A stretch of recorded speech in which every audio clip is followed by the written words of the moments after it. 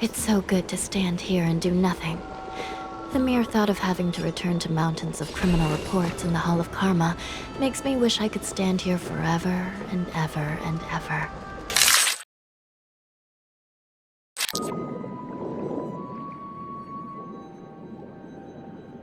The mere thought of having to return to mountains of criminal reports in the Hall of Karma makes me wish I could... Yeah, let's just say I have a very long history with Eula, and anytime that her voice actor specifically, voices in any game that I'm playing, you know that I've to get her character, but on a more serious note, Hanya looks like a secret 5-star in general. We got access to her kit in one of the story quests, and we're actually able to see the actual scaling of her talents and what they actually do. So I'm gonna look at those in this video and judge how she can function as another type of Harmony character, but also why she's a secret 5-star in this case. Starting out, the first part of her kit is the burden stand. This is very important for her skill and her talent, and this is indicated by the little circle icon above the enemy's heads, and it actually has like a little halfway bar that can indicate what it actually does. But basically, every 2 attacks from any party member will regenerate a skill point. So you do an auto attack on your team unit or something, and then you skill on your main DPS, you gain that skill back that you use to do your skill. And this also applies to ultimates too. You do damage on an ult with your main DPS, you get a skill point back if it's the second attack that you're doing. This is the first character that does this type of thing, and it's super important because you can manage your skill points a lot more efficiently. I'll get into the rotations that go on with this skill in mind. The second part of the burden effect is any ally that does damage to that enemy, they do 30% more damage, and this is just really nice to maximize the damage gains that Hanya gives. But in the talent section, we also got to see all 3 of her major traces. So the first one gives 10% attack boost to the ally that recovered the skill point with the burden. This is also really nice, just maximizing as much attack percentage damage boosting that Hanya can give.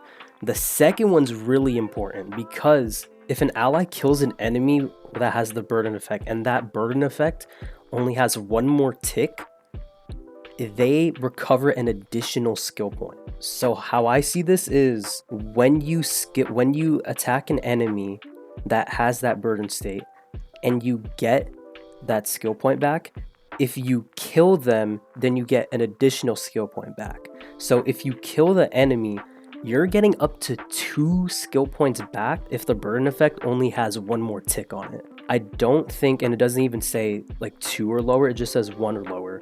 So if you have both ticks of burden and you recover 1 skill point and you kill the enemy, it won't apply. I'm pretty sure that's how that works. But this is huge because you can literally use a skill on your main DPS and get potentially a skill point positive rotation going. That is completely unlike anything we've ever seen in this game up to now. Finally, her last trace will give her a little bit of energy every time a skill point is recovered from the burden. This ultimately helps with getting her ult rotation in check because it costs a lot. And before actually getting into her ult and what it does, let's just look at how absolutely insane it looks for a 4-star. The 10 Lords decree, hereby ordained.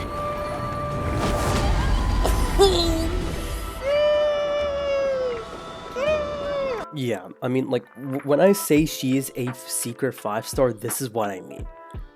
Because there's absolutely no way that this should be on a 4-star character when Topaz's animations exist.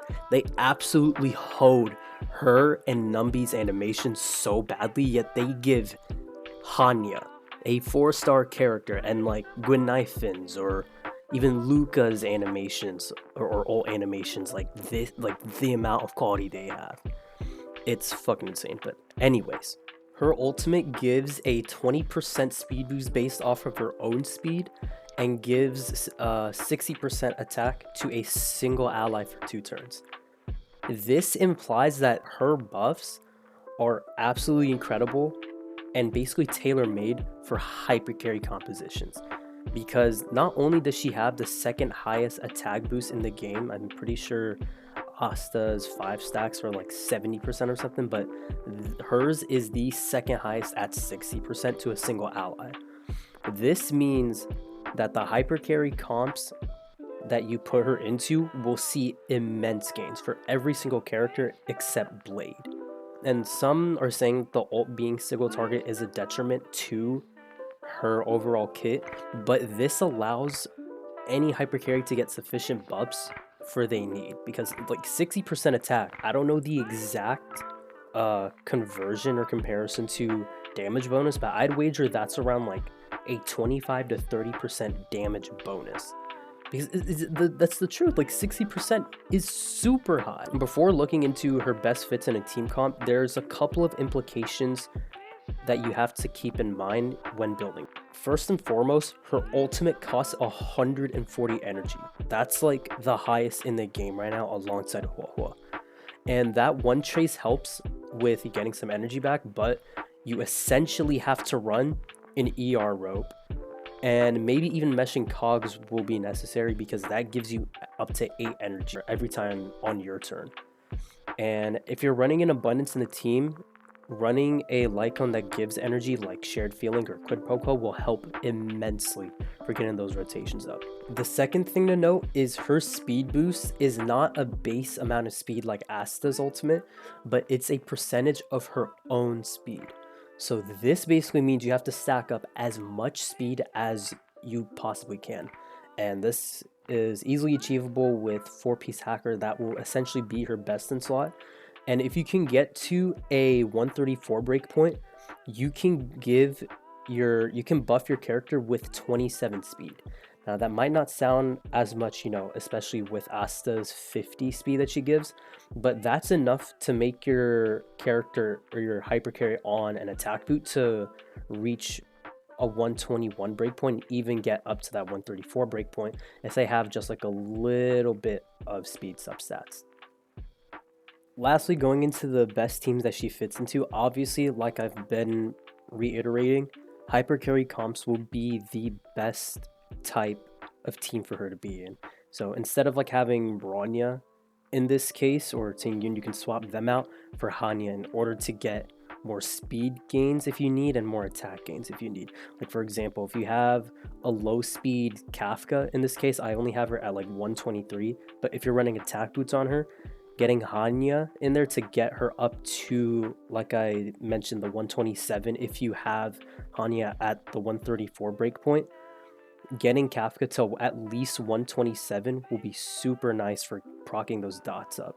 And then other instances like Jing Yuan, in this case, I don't have him, but Jing Yuan, getting him to go at least once every cycle, getting past that 121 breakpoint. And even if you go beyond 134 with Hanya, which is super easy to do, if you have insane like speed substats, if you just get substats of speed in 1 or 2 of your relics, then you can easily go up to like 140, and obviously the speed gains from her ult will be much more. Overall, having her as a buffer in a hyper carry comp will hugely benefit whichever hyper carry that you're doing. Now, I know I mentioned that she shines mostly in hyper carry compositions, but you can genuinely plop her into a dual DPS comp to improve skill point efficiency. Like if you put Hanya into this follow-up team comp I have for Topaz and Blade, you can essentially run Topaz much more skill point negatively, like just use her skill over and over to get as much damage as you can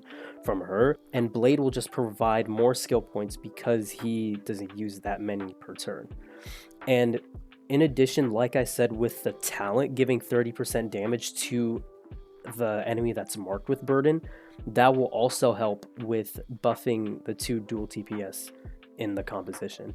And obviously you can go beyond Topaz and Numbi and Blade. You can go Jing Blade, you can go the follow-up comp with Topaz and Himiko, although it's kind of hard to replace her with Asta, but you can go Clara and Topaz and buff Topaz a lot more. She's really flexible in dual DPS comps, and when we get more characters that do synergize with each other in dual DPS comps, Hanya will fit right in to improve the skill point economy and periodically give attack and speed boosts, like basically switching off whoever she gives it to, and overall giving a 30% damage boost for the entire team.